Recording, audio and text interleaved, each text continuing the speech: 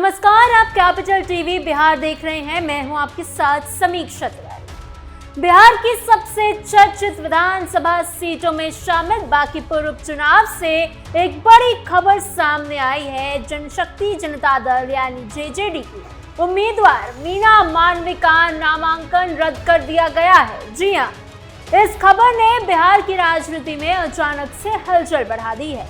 पहले नामांकन के दौरान गिरफ्तारी, फिर उसी दिन अदालत से जमानत और अब नामांकन रद्द होने के बाद इस पूरे मामले पर लगातार सवाल उठ रहे हैं। क्या है पूरी खबर, बताते हैं आपको स्पेशल स्टोरी में। जेजेडी उम्मीदवार वीणा मानवी का नामांकन रद्द। 420 केस में पहले हुई थी गिरफ्तारी। तेज प्रताप ने लगाया राजनीतिक साजिश का आरोप। जानकारी के अनुसार पटना में इस पूरे मामले को लेकर काफी देर तक हलचल बनी रही। तेज प्रताप यादव कई घंटों तक वहां मौजूद रहे। बताया जा रहा है कि वो लगातार अधिकारियों से बातचीत करते रहे और पूरे मामले की जानकारी लेने की कोशिश कर रहे थे। लेकिन जब ये साफ हो गया कि वीणा मानवी का नामांकन रद्द कर दिया गया है, तब तेज प्रताप यादव पटना के उस जगह से बाहर निकले, यानी कलेक्ट्रेट से बाहर निकले। बाहर आने के बाद उन्होंने मीडिया से बात की और सरकार पर गंभीर आरोप लगाए। उन्होंने कहा कि उनकी पार्टी के उम्मीदवार के खिलाफ साजिश की जा रही है। तेज प्रताप यादव का कहना था कि सरकार जानबूझकर उनकी पार्टी को चुनाव लड़ने से रोकना चाहती है। उन्होंने कहा कि उनके उम्मीदवार के साथ अन्याय किया गया है और इस फैसले के खिलाफ वो अदालत का दरवाजा खटखटाएंगे।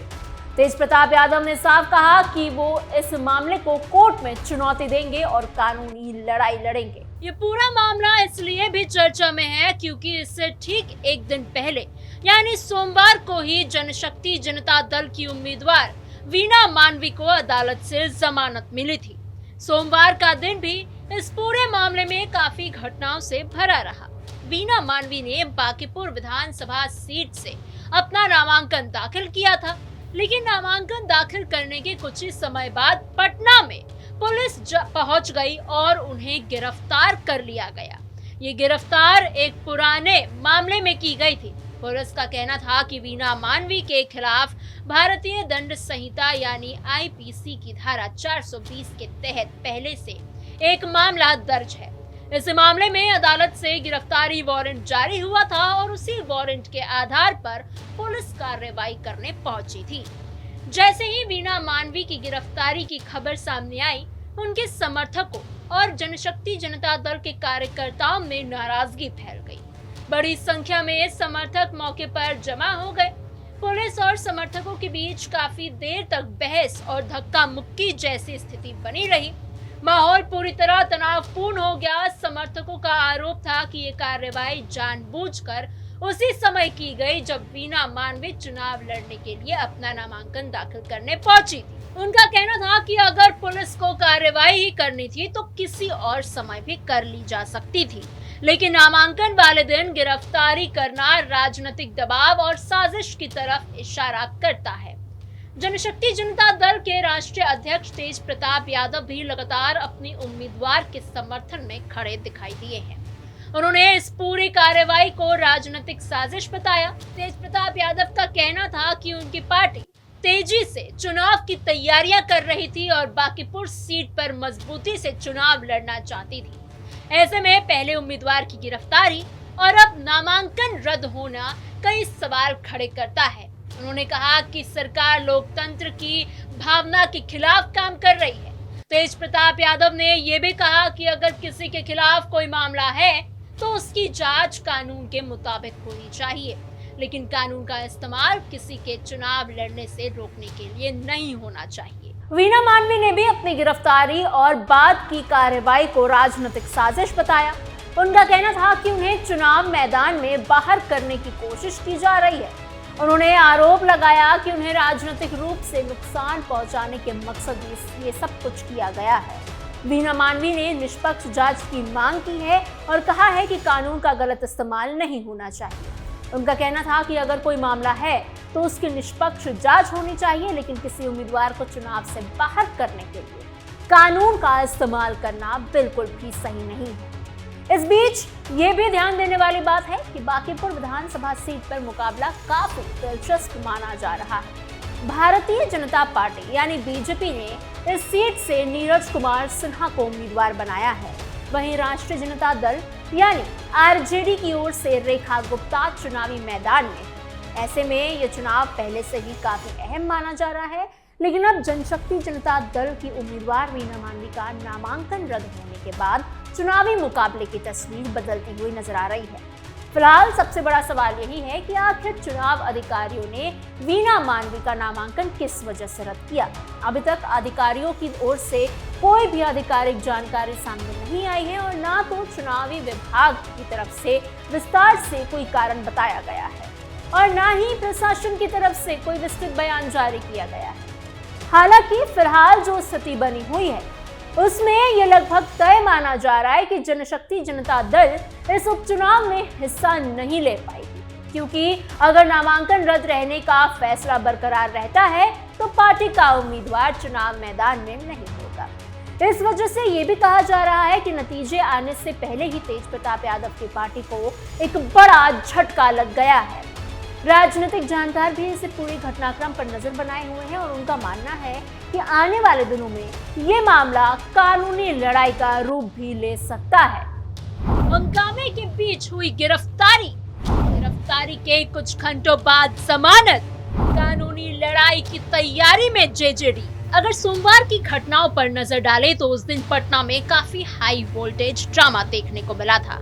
वीणा मांवी ने अपना नामांकन दाखिल किया और इसके तुरंत बाद जैसे ही वो कलेक्ट्रेट से बाहर निकली, वहां पहले ही मौजूद पटना के गांधीनगर थाने की पुलिस ने उन्हें रोक लिया। पुलिस के पास अदालत से जारी गिरफ्तारी वारंट था। पुलिस अधिकारियों ने बताया कि वारंट के आधार पर ही कार्रवाई की जा रही है, लेकिन जैसे ही पुलिस ने वीणा मांवी को गिरफ्तार करने की कोशिश की, उनके समर्थक बीच में आ गए। समर्थकों ने पुलिस की कार्रवाई का विरोध किया और मौके पर काफी देर तक हंगामा होता रहा। इस दौरान वीणा मांवी के समर्थन और पुलिस के बीच तीखी बहस भी हुई। दोनों पक्षों के बीच काफी देर तक तनाव बना रहा। पुलिस लगातार अदालत के वारंट का हवाला देती रही, जबकि समर्थक इसे गलत कार्रवाई बताते रहे। माहौल इतना गर्म हो गया कि कुछ समय के लिए वहां अफरा तफरी जैसी स्थिति बन गई। आखिरकार पुलिस ने अदालत से मिले वारंट के आधार पर कार्रवाई पूरी की और वीणा मांवी को अपने साथ लेकर चली गई। गिरफ्तारी के बाद पटना पुलिस वीणा मांवी को गांधीनगर थाना लेकर गई। शुरुआत में ये जानकारी सामने आई कि कार्रवाई किसी पुराने मामले में की गई।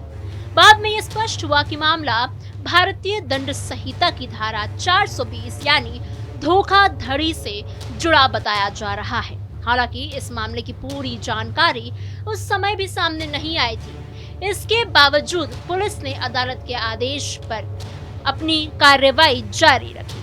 सोमवार की शाम को इस पूरे मामले में एक नया मोड़ तब आया जब वीणा मांवी को अदालत से ही जमानत मिल गई।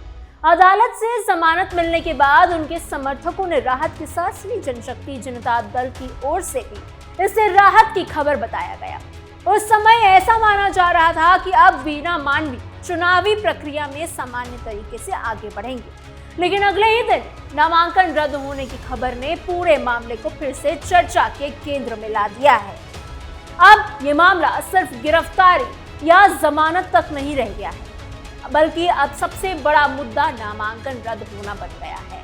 राजनीतिक दलों के बीच इस पर अलग अलग तरह की प्रतिक्रियाएं सामने आ रही हैं। जहां जनशक्ति जनता दल इसे राजनीतिक साजिश बता रहा है, वहीं अब सबकी नजर चुनावी अधिकारियों की आधिकारिक सफाई पर टिकी हुई है।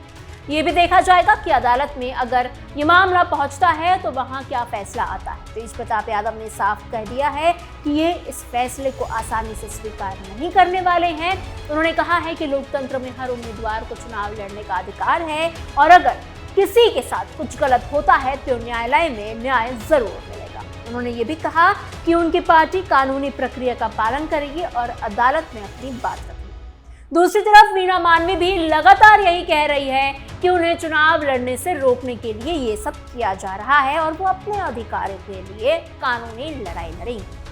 फिलहाल बांकीपुर विधानसभा उपचुनाव का पूरा घटनाक्रम बिहार की राजनीति का सबसे बड़ा चर्चा का विषय बना हुआ है। पहले नामांकन, फिर गिरफ्तारी उसके बाद अदालत से जमानत और अब नामांकन रद्द होने की लगातार घटनाओं ने इस चुनाव को और भी ज्यादा सुर्खियों में ला दिया है। हालांकि अभी कई सवालों के जवाब मिलने बाकी हैं। सबसे बड़ा सवाल यही है कि आखिर चुनाव अधिकारियों ने किस आधार पर वीणा मानवी का नामांकन रद्द किया है।